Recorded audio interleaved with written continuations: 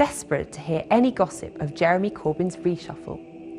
Rumours had swept Westminster of a revenge reshuffle, but Corbyn's aides spent more time this week insisting that they had briefed no such purge than they did actually sacking people. So we waited, and we waited, and we waited. And finally, we heard a whisper that something exciting might happen. Михаила Даггера уволили. Кто это Михаил Даггер? Vive la révolution! Next up for the guillotine was Pat McFadden, who said he'd been sacked for saying that terrorists were responsible for their own actions.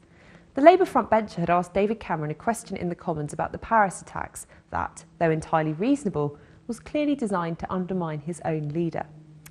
And then the resignations came thick and fast. I've just written to Jeremy. This was hardly the Stalinist purge that many had talked up. And in the end, most of the job moves came from those who got bored and had sacked themselves, rather than Corbyn wielding the axe. Hilary Benn and Maria Eagle are safe, for now. Maria Eagle has been given her dream job as Shadow Culture Secretary, or so John McDonnell said. And Hilary Benn has agreed to go for re-education. Perhaps Corbyn's most significant appointment was that of Emily I Love White Vans Thornbury to the Shadow Defence Brief. It means that Labour now has two anti-Trident politicians at the head of its defence review, a sure sign that the party is set to switch its policy on Britain's nuclear deterrent. До свидания, бойцы. And when the party does switch its policy from supporting Trident renewal to opposing it, what will those shadow cabinet members who haven't left this time round do? Will they resign en masse? Or will they be stuck there forever?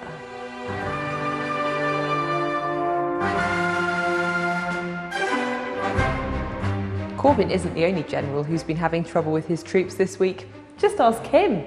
No, mad.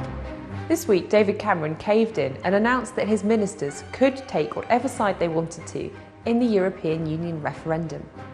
It's a sign that the Prime Minister cannot unite his party on the matter of Europe, and he certainly doesn't come out of it looking stronger. But it was better to accept that the Conservative Party will always have fundamental splits on Europe than to try to pretend that everyone agreed. And a free vote prevents disgruntled ministers from resigning in a blaze of glory to back Brexit. But the chaos in the Labour Party let the Tories off the hook again, unmasked what was actually a pretty decent PMQs for Jeremy Corbyn. Кэмерон не мог устоять. Он забыл Толстого и использовал вместо этого шутки из Шекспира. О, я прекратила говорить. So, at the end of the week, where are the two main party leaders? Well, Jeremy Corbyn positioned himself as Labour's perestroika when he was elected, promising to open up debate in the party. But this week's reshuffle has shown that there are clear limits to his policy of glasnost. As for Tsar Cameron, well, there are rumblings of revolution, but he's managing to keep things in check, for now.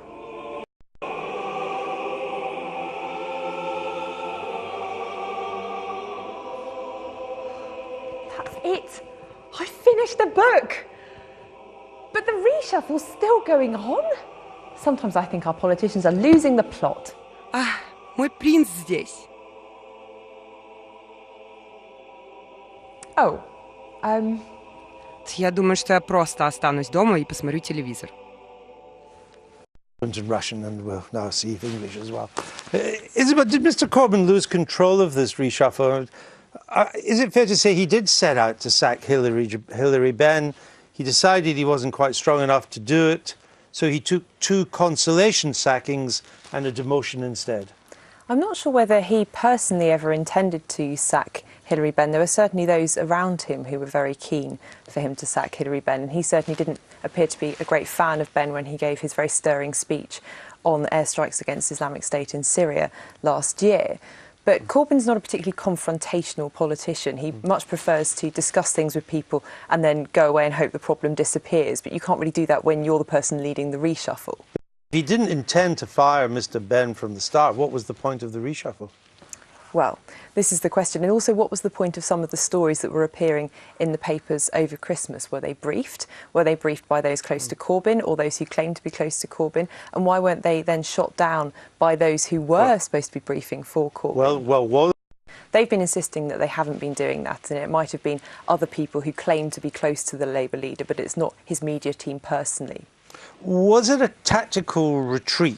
As they get stronger in the NEC and within the party, they will eventually succeed in what they hope to do. Yes, and I think he's so much stronger at the end of this week than he was at the start. Even though the reshuffle looked slightly unusual, he's actually managed to put an anti-Trident shadow defence secretary in place, which means that both of the politicians in charge of the party's defence review are anti-Trident, which makes him... including the Labour leader as well. Exactly. So you think he's stronger, even though we've all had great fun at the length of the reshuffle? We have, yes. It's given us a number of stories over a number of days, which has been great for journalists, but it's been great for Jeremy Corbyn overall because he's also warned off those who would criticise him, who thought that they could get away with it. Is Mr Isabel...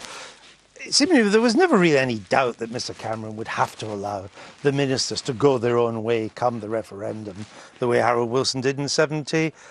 But why did he admit it this week? Why did he finally come out and say, yep, that's what I'll do?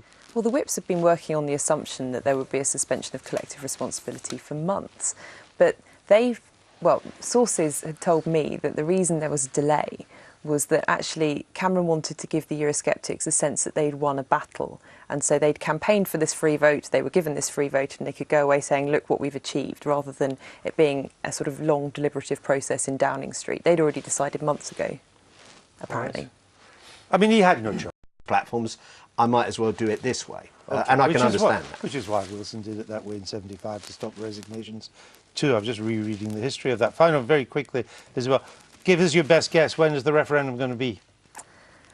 Mid to late summer, potentially, but it can't clash with Scottish school summer holidays. Well, it can't be in July and August. No, so it could be Has to be the end of June or or September, October. Yeah. We shall see. Isabel, thank you.